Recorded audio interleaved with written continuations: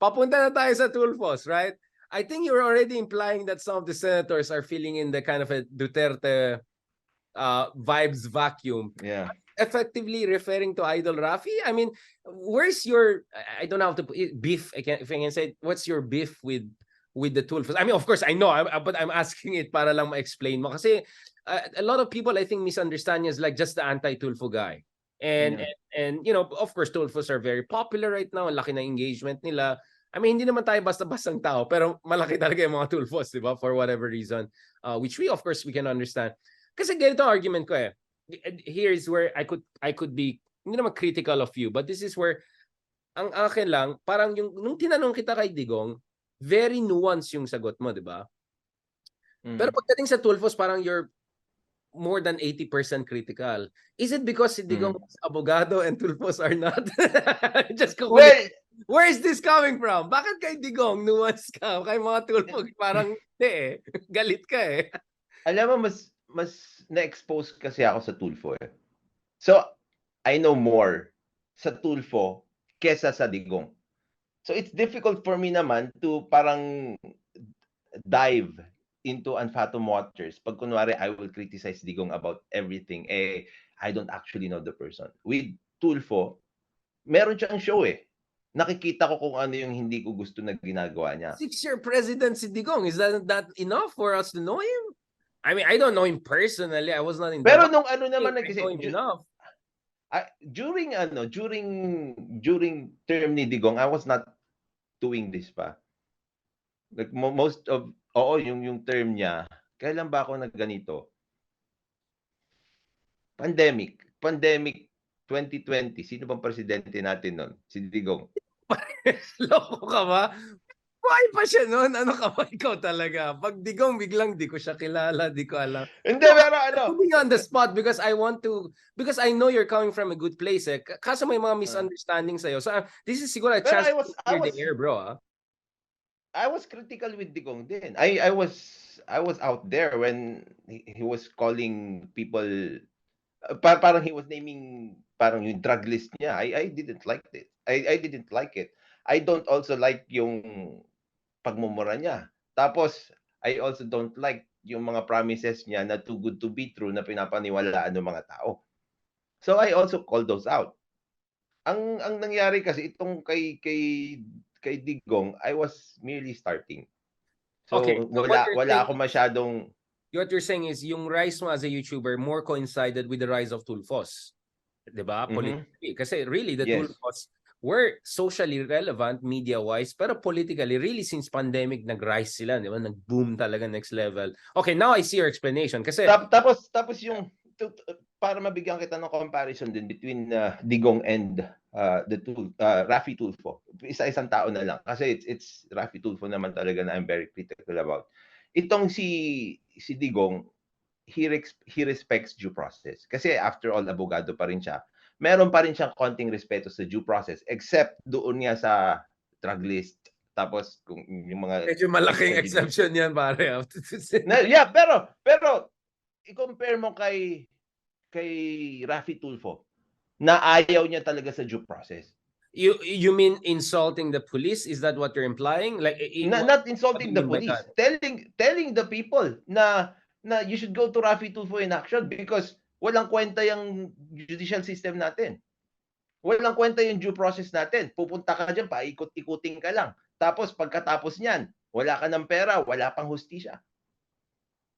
He always says that. So, syempre, ako din as a lawyer, tapos I want to promote, syempre, due process. I want to educate people about how things work. I want to at least, hindi naman impose, impart change na pwedeng gamitin ng mga tao eventually sa buhay nila. Tapos, may isang tao na pupunta, na lalabas dyan, very famous, sasabihin niya, well, Rafi Tulfo in action is the last recourse. This works. Your judiciary, your legal system, your due process, it does not work. So how will you feel about it? So doon pa lang ang laki ng difference. Si Digong somehow, well, okay pa rin sa kanya yung due process. Meron pa rin. Pero itong kabila, wala na. Rafi Tulfo in action na lang. So you don't think Digong inciting violence and saying pumatay ka, I'll protect you, that's not a Well, violent process? I don't I mean, like that. I don't like that. Sinabi ko naman yun. Pero yun na punto na yun, that was in relation to drugs. 'Di ba? And nakikita ko naman kasi, tulad ng sinabi ko, I already know what, nung tumatakbo si Digong, alam ko na kasi kung anong klaseng leadership ang mangyayari sa kanya. I kinda expected it. So, nung mga sinasabi niya yon, panakot and stuff, ang problema kasi, syempre, we are not a perfect society. Kahit siniisip ng mga tao kasi panakot lang, tapos sineryoso nyo naman, pinatay nyo agad. Hindi naman yung talaga gusto seryosohin nyo. Parang ganun yung sinasabi ng ibang tao. Pero, tulad nga ng sinabi ko, he's not 100% against due process. Unlike Rafi Tulfo. selective siya. I mean, he's still select. Selective siya. Well, you can say that siguro. He's a No? lawyer himself, yeah. You can say he's a lawyer himself. He cannot be anti-due process. Selective siya. Si Tulfo, well, Circumvention. That's what you're saying. Yes, Tulfo circumvents yung isa selective. Yes. Kasi there are many instances that he said it to people na walang kwenta ito. Sa akin, 2 to 3 days lang nasosolve ko na yung problema. He even criticized the Supreme Court. Sinabi niya sa Supreme Court, 10 years, patutulugin lang yung kaso mo. Dito sa akin, sa Rafi Tulfo in action, I do things, parang, ano ba yung sinabi niya, na yung term niya? I make things happen, sabi niya. Ang dami ko nang napatunayan. I solve problems 2 to 3 days. Pupunta ka sa korte, mag-due process ka, magfa-file ka ng kaso, it will take you 10 years. I know I better understand where you're coming from because I think we have to really clear the air. Kasi ang problema kasi sa atin is, like when you criticize a politico, ang assumption is, ay, eto, nasa kabilang kampo yan. Do you get what I'm saying? So kung if you're against Tulfo, sinong kalaban ni Tulfo or maging competition ni Tulfo? Si Sara. So siguro si Libayan. You get what I'm saying? Like unfortunately, that's how people kind of connect the dots. Kaya I'm asking these questions, Kapsat, no?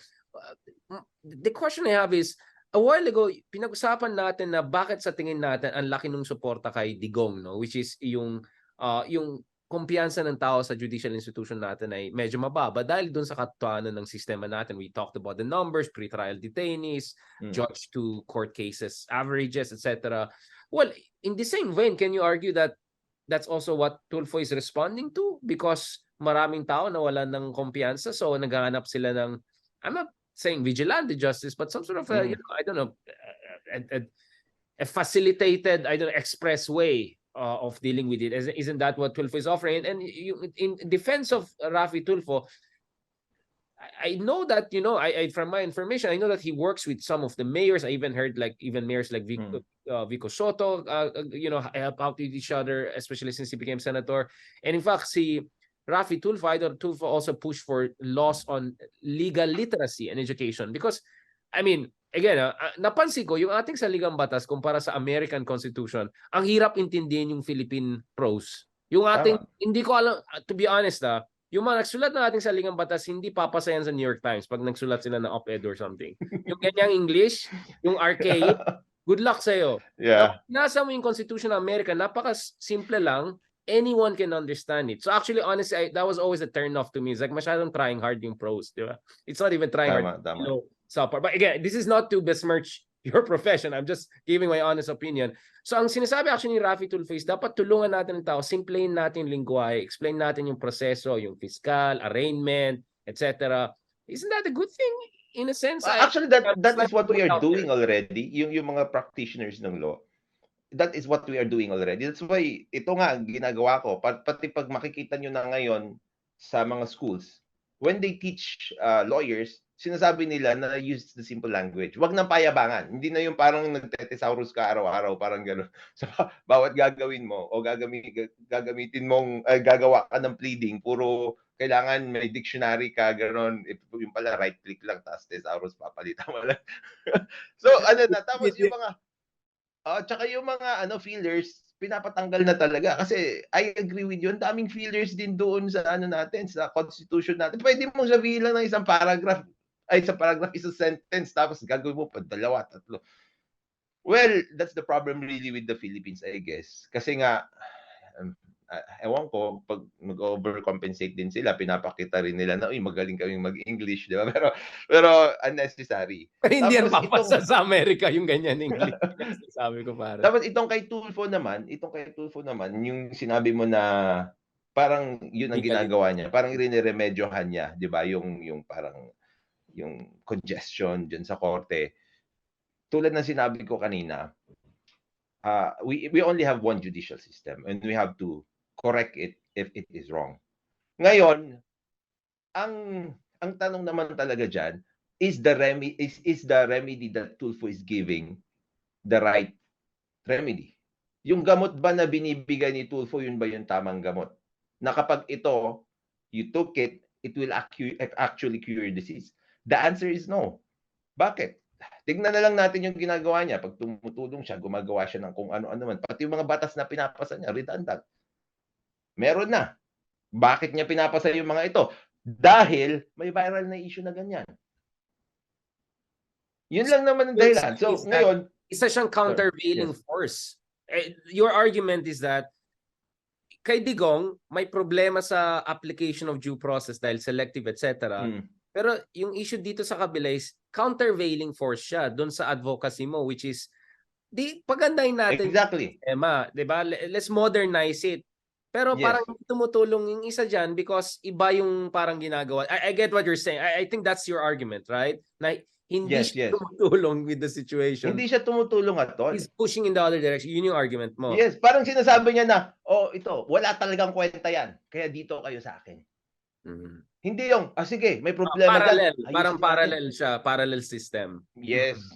So, ang gusto niya, parang the more he promotes na walang kwenta yung justice system natin, the more na maraming magkaka-interest sa Rafi Tulfo in action. Di ba? Kasi parang ganun eh. It's like he's competing with the justice system. Sasabihin ko walang kwenta dyan, kaya pumunta kayo dito kasi ako yung last recourse. I make things happen. Dyan, walang nangyayari dyan. So how is that fine? How is that okay? If you really think about it, is Rafi Tulfo in action actually helping people or helping Rafi Tulfo? Pag titignan mo rin, ilan ba yung natutulungan ni Rafi Tulfo compared doon sa mga tao na may kailangan?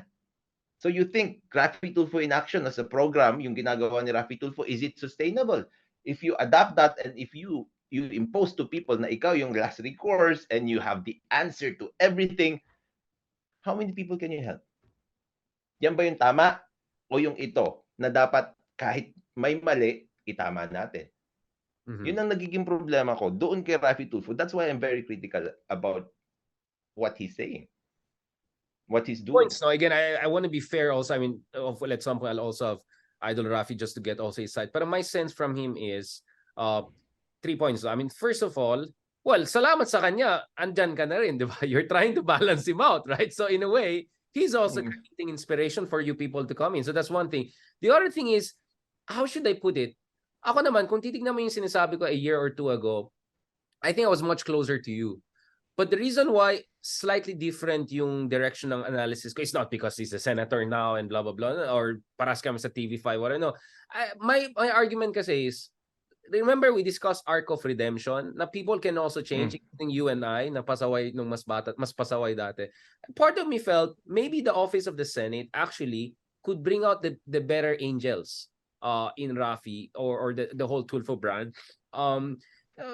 Because sometimes the office can change the person, not totally 100%, but there could be a positive kind of interaction. And lastly, I understand your argument about the countervailing force, but it could be also kind of a transitional phase until, you know, we have more, I don't know, people like you or people like Jokno, you know, you get what I'm saying? Like, I understand for me kasi in the yin and yang, there could be still a movement forward. I know it sounds very dialectical, philosophical, I understand, but you get where I'm coming from. In the same way na even with Digong, despite all my concerns about his foreign policy, sa tingin ko, yung nagiging pro-China niya was an over-response or correction dun sa pagiging masyadong pro-American ng iba. So suddenly we have a Hegelian new synthesis na medyo interesting kung saan friendly tayo sa Russia and Iran, friendly din tayo sa US, and then sa China tignan natin, which I think is that should be the way. Honestly, that's what I've been saying for 10 years. Yeah. So maybe I'm being over-optimistic here, Kapsat, no? But I don't know. That's what gives me faith na as much as I'm frustrated, I mean, probably I also want us to be more like Norway or New Zealand or whatever. But as things stand, sa tingin ko, this could create a dialectical yin and yang whereby, Rafi's bringing people like you into the picture, right? And then I think Rafi is also reaching out. He's talking to people like me, etc. People like this or that. And so parang sa tingin ko, I don't know, maybe I'm being naive, Kapsata, but I believe in arc of redemption because I saw that in our own lives. I believe in dialogue and conversation because I think we can feed off on each other in terms of good dynamics. Kaya I'm not giving up eh. Kaya even with the supporters of Digong, marami nagbabash sa atin, ganun. I never judge them at all because I think they just have to listen. Saan tayo galing? Hindi kami pro-drugs. We want also to fight against drugs, but in the right way. Yeah. And I last point I want to say on this, I talk to some people in media which are supposed to be the most critical media people kay Digong. Pero behind the scenes, sinabi sa akin, when it comes to intention, actually, sometimes in fairness, you have to give it to Digong, which is very surprising to me because, di ba, you will expect these people will say, hindi talagang may conspiracy dyan. Alam, you can imagine what's the argument, right? Pero actually, some of them said, mali lang yung method, pero minsan magandang intention eh. So, I don't know. Kaya for me, I always keep my mind open. I don't wanna judge a person as hopelessly bad or in the same way, ayoko yung mga kulto-kulto na parang ito yung santo ng politiko. It doesn't work. That's not how a mature democracy works eh. Yeah. Okay, that's where I come from, Kapsata. Kaya I like these conversations because I think it brings us to some sort of a new synthesis, a dialectical synthesis. And in a way, I think in one way or another, you and I, in our small ways, are contributing to national development, national discourse development. Tingnan mo naman, libo-libong nanonood sa atin ngayon, kasabay pa natin ng FIBA. Akalain mo ba yan, 5-10 years ago, na people will watch us? Thousands will watch us while there's FIBA with Luca, right? I'm proud of this. I think this was impossible 5-10 years ago. But thanks to you, thanks to our efforts, this is happening. So salamat kay Idol Rafi in a way, right? That we have people like Tapos you. in relation naman doon kay sa sinasabi mong balance, I agree with that naman, no. Tapos I always maintain naman as hard as I can, no, na I stick to the issue. Issue hindi tao. Yun nga yung isa sa motto ko doon sa ano eh. So whenever I criticize Rafi Tulfo, I don't criticize him actually. I criticize what he's doing. So if the people, yung mga kabatas natin na nanonood sa akin, they know that I talk about Rafi Tulfo because there are issues again na sinasabi niya. Like for example, itong issue na naman tungkol sa teachers na inaakusahan niya yung mga public teachers na corrupt. Kasi nga, narinig mo ba yung sinabi niya sa Senate? Yung sinabi niya na Sorry about that. Yeah, please go ahead. Yeah, sinabi niya dun sa sinabi niya na yung mga public school teachers daw, ang ginagawa nila, yung mga nagbibigay ng donations, ng pera ng mga teachers na may kaya, ng mga magulang na may kaya, yun daw yung ginagawang honor student, yung mga anak nila. Tapos, yung mga hindi daw nagbibigay ng donations, yung voluntary donations, o kaya in money or in kind, binabagsak daw yung mga anak. So, well, bakit mo sasabihin yun? In the first place, wala ka namang hearsay yung sinasabi mo, wala kang testigo. Tapos dapat, 'di ba, kung sino man yung teacher na yon na corrupt dahil gusto lang ng pera, tapos kung sino yung nagbigay ng pera, yun yung magiging honor student. Yun ang ipapasa tapos ibabagsak yung isa. It's very wrong. So how will you not criticize that? So people think na, ito na naman si Atty. Libayan. That's why I always ask them, mali ba yung sinasabi ko? Mali ba yung sinasabi ko? Kung mali yung sinasabi ko, please correct me. Ganun na lang naman kasimple. Pero what they do is they just dismiss me. So, okay sa inyo na corrupt ang mga teachers kasi sinabi ni Rafi Tulfo. Well, siguro may mga corrupt na teachers, but not all of them. So ilan I lang think siguro. is that, dapat mas, evidence-based, mas targeted, hindi gross generalization. We have to be important. Let's not sensationalize things. Trial by publicity is something that we have to avoid. Tapos inamin niya pa yon na he does trial by publicity. And he said it works. Oh my goodness. Diba? How will I not be critical? I understand. Again, I understand where you're coming from. Ang akin lang, the reason why I see some people support Tulfo is because they feel na may mga official dyan na kung simple ka lang tao or something, they're not gonna give you your piece of the due process. But if there's a pressure, there's a Tulfo element, there's a media element, mas siseryosohin kanila in a sense that yes, base sa ating saligang batas, we have innate rights, right? Except in reality, those innate rights are not automatically operationalized, right? That's the imperfection I have. But I completely understand also where you're coming from, because what you're saying is that granted na may ganitong problema, but we're not going to fix the problem if we push things in a different direction, right? Siguro where we differ is, for me naman, there could be a yin and yang here. At some point also there could be a convergence. Maybe I'm more optimistic on this point. But that's why I also appreciate your intervention, because I think there have to be some good arguments to be made there, and I think you were the right person to make it. Now, speaking of not personalizing things and sticking to the issue, obviously this will bring us to Banad Bay, but I think we have to park that kasi lampas na tayo sa 2 oras, ilang beses nag-crash. Sige. Let's park that, Kapsat. I know we'll be on the road again soon. I want you to get some rest, but I hope that you appreciated at least ito yung first, I hope, no? Beginning of well, bago tayo siguro meron lang akong iiwanan na ano rin. Sandali lang bago tayo magpaalam tungkol doon sa Tulfo na issue. Kasi binanggit mo kanina na parang kung wala yung Tulfo, parang hindi gagawa hindi mag-work o gagawa itong mga malalaking tao, the officials, hindi sila matatakot. Tama ba? Parang ganon na pag hindi niya tinawagan, 'di ba? Ito rin kasi ang iniisip ko 'di ba in part parang pino-promote din yan nung padrino system. So ilan lang ba ang pwedeng tawagan ni Rafi Tulfo? Limited yan. To help doon sa tao. It's limited. Tapos ang nangyari pa diyan, may nakapila. Tapos yung tinawagan ni Rafi Tulfo dahil malakas siya yung mauuna sa pila. Siya yung mapa-prioritize. Tapos 'di ba ganun yung ayaw natin, yung padrino system? Na ito sinabi ni Tulfo kasi kaya unahin natin ito. Ito, na lumabas sa Rafi Tulfo in action yan, dapat priority yan, dapat ito, bossing yan. 'Di ba? It causes parang unfairness doon sa mga tao na hindi naman na-ere sa Rafi Tulfo in action. Somehow, it also destroys the system. I see again your argument. Thank you for pointing that out. I'll also make another argument. Remember yung sinabi mo kanina yung parang fear factor kay Digong na dahil dun sa drug medyo nagtago.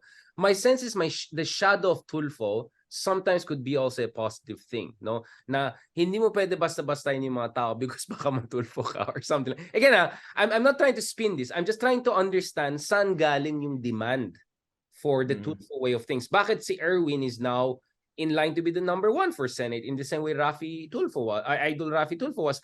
I'm just trying here to understand saan galing ang ating kababayan, no? And I completely agree where you're coming from as an officer of the court. For me lang kasi, I think this is a serious discussion that how I wish there were people like you 5, 10, 15 years ago, or there were 10 of you and 10 of me. But I don't know, again, when I say this has yin and yang effect, it doesn't mean it makes it right? Wrong. Yeah. I mean, one innocent person being wrongly accused, it's an eternity of Pero tama rin naman kasi chaos most of the time brings out positive change din naman Well, not always, right? I mean, we're not saying it's automatic, but I'm just saying at least in this case, I see in fairness that kaya nga parang sabi ko, yung mga issues mo sa kanila, in a way parang hamon yan sa inyo. In the same way na yung administration ni Digong naging hamon para sa amin mga foreign policy people, because kaya nga ako may vlog, di ba? I didn't bother to do vlog, bro, because I have my own stuff, right? And then na-realize ko, kung hindi tayo magva-vlog, hanggang news lang tayo, kakainin tayo ng buhay ng kabila na kachipangan. Frustrated ka na lang dyan lagi, di ba?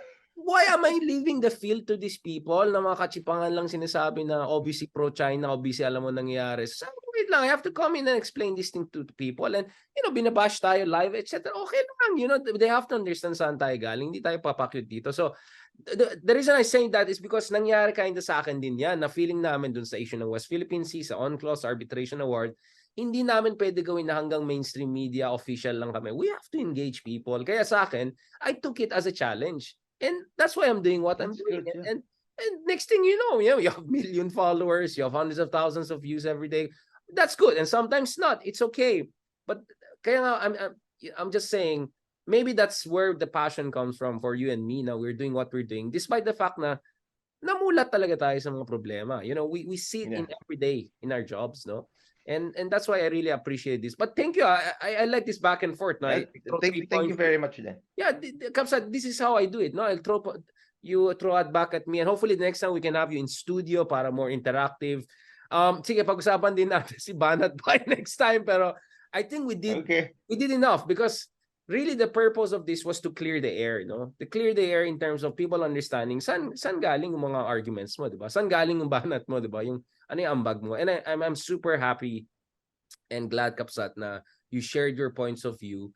And nakikita ko sa responses, yeah, may mga, of course, may mga Tulfo supporters, may mga Duterte supporters, may mga Libayan supporters na ayaw sa akin, or I don't know, whatever. Pero 90% ng mga responses are very positive, I see here. And I think this just says that maybe you and I are doing something right. And I see a lot of people are saying, more of this, please. More of this. Kaya nga sabi ko, let's stop here. I-park muna natin yan. Ayaw natin ubusin yan. Kasi nung first podcast ko with si Lord De Vera, 3 oras na kami, pare. Ibang klase yan. So, we can do a Joe Rogan one hopefully in the future. So, what I'm gonna do is, don't worry guys, alam ko nagkaroon ng technical issues both on his side and mine, so nagka-crash na yung YouTube ko, not yung Facebook. We're gonna upload this in bits and pieces na lang. Siguro 3 pieces. Yeah. 1 in Digong, 1 on Tulfos, 1 about you and your life and Magalong. No? So, don't worry about it. Lalabas namin yan over the next days or so. But at least you can have the audio version here. You can hear this discussion. Yun lang, Kapsat. Ako, I'm very grateful na nakikita ko na may mga comment nga dito eh. Don't worry, maraming critical thinking people na gusto manood dito kaysa FIBA. So, you know, who would have thought, right? You know, so, I'm actually, ano rin eh, when I started this, I was not expecting anything. Tapos, right now, I'm shocked. It's like, people really want to learn. Kasi, social media used to be entertainment lang eh. Parang wag mong seryosohin yan.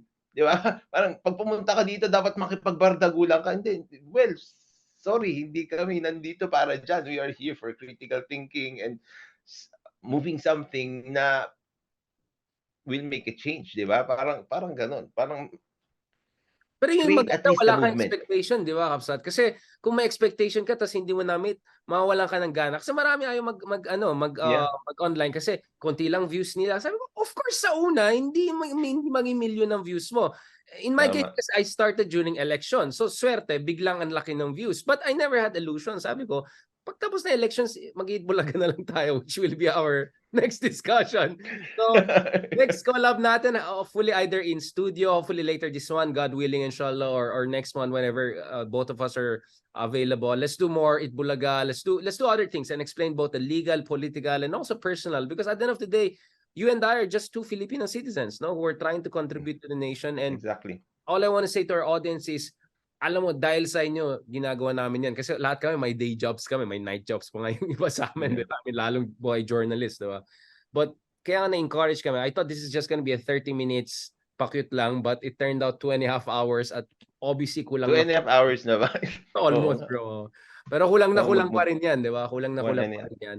So I hope this is just the beginning of more conversations, and please send sure. family, Kapsat, and my apologies if I ate into your family time, but hopefully no regrets. No problem. Okay. Idol Rafi, Tatay Digong, ayan, huwag kayo magalit. Kausapin din namin kayo para fair, di ba? Pero Kapsat ko yun, kaya pag-usapan natin. Thank you, Kapsat. God bless. Thank you. Sige, bye-bye.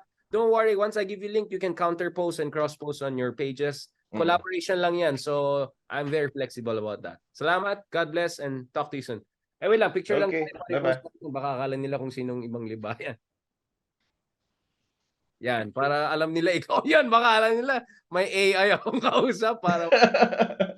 Sige, Kapsat. Okay, bye-bye. Ingat.